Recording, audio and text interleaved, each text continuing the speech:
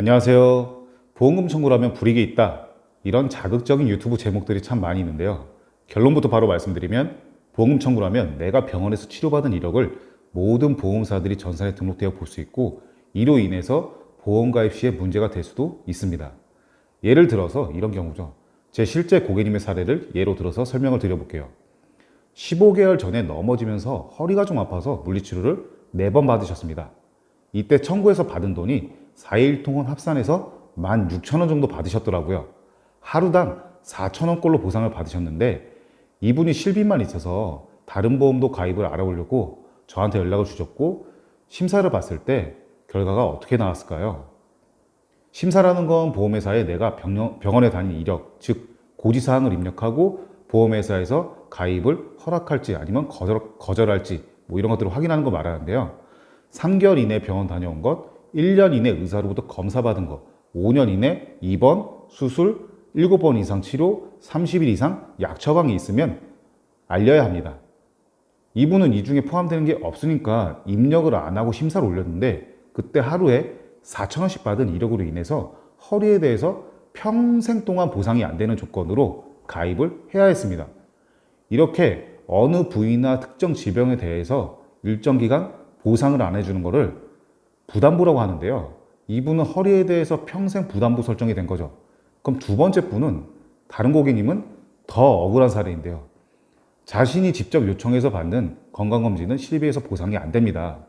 이분이 2년 전에 건강검진 받으면서 공짜로 실비 처리를 하려고 위랑 대장 내시경 검사를 이제 받은 거죠. 배가 너무 아프다고 하면서 위내시경, 대장 내시경을 받았는데 이분이 만성 위염소견이 나왔고 약을 7일 처방받아서 청구를 했습니다. 근데 이분이 청구서에 검사 결과지를 같이 넣은 겁니다. 그리고 검사 비용, 보험금 3만 원을 받았습니다. 결과가 어떻게 됐을까요? 이분은 보험료가 10만 원이 나왔었는데 13만 원으로 할증이 됐습니다. 자동차 보험도 아니고 무슨 할증이냐면서 엄청 화가 나셨죠. 저 같아도 화가 날만 해요. 보험금 3만 원을 청구해서 받았고 20년 납 총액으로 3만 원이 할증돼서 총 720만 원이나 더 납부하게 된 거죠. 또 세 번째 분은 1년 반 정도 전에 두통으로 MRI 검사를 받은 분이 있습니다. 그리고 이분이 특이 소견이 없어서 일시적인 스트레스 때문인 것 같다고 의사에게 답변을 듣고 MRI 검사 비용 청구해서 하루 통화한도 최대 25만 원을 보험금으로 받았습니다. 두통으로 1년 반 정도 전에 하루 통원을 한 거기 때문에 일반 표지체 질문표에는 해당되는 곳이 아무것도 없습니다. 근데 보험사는 심사 결과 두통으로 병원에 다녀왔을 때 검사 결과지 그리고 통원 기록지 이런 것들을 서류를 발급받으라고 요청을 했습니다. 이분은 어디 병원에 갔는지 기억도 잘 안 나는데 카드 내역 등을 다 찾아서 하루 월차를 내서 병원에 가서 검사 결과지를 받아서 겨우 심사를 받았습니다. 심사 결과는 어떻게 됐을까요? 거절됐습니다. 의사는 그냥 스트레스 때문인 것 같다고 안심을 시켰지만 차트에는 두통으로 추가 통증이 있으면 재검사를 받아야 한다 등 다른 소견도 같이 적혀 있던 거죠. 이렇게 내가 생각지 못했던 청구 이력으로 인해서 고지사항이 아님에도 부담보, 할증, 서류 요청 혹은 보험가입 거절의 결과를 받게 됩니다. 보험금 청구는 3년 이내만 하면 됩니다. 보험사들은 ICIS, 보험 신용정보 통합 조회 서비스라는 조회 시스템이라는 전산을 사용하고 있는데요. 이렇게 보험금 청구를 하면 보험사들은 모두 함께 조회가 되어 진료 기록을 알 수 있습니다. 그럼 여기서 잠깐 가끔 고객님들이 여쭤봅니다.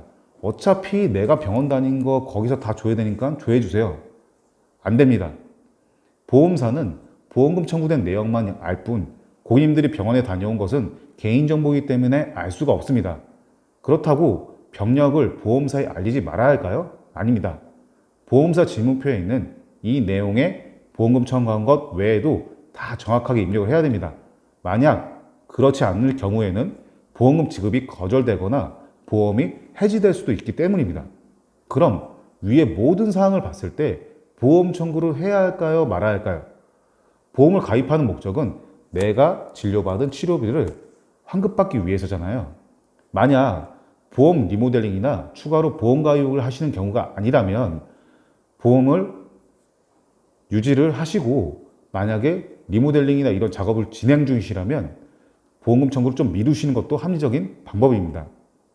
지금 이 영상을 보시는 분들 중에 내가 지금 청구를 하는 게 좋은지 망설이시는 분들은 저에게 연락을 주시면 제가 정확한 답을 드리도록 하겠습니다.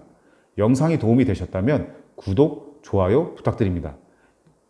영상 시청해 주셔서 감사합니다. 본 광고는 생명보험협회 심의기준을 준수하였으며 유효기간은 심의일로부터 1년입니다.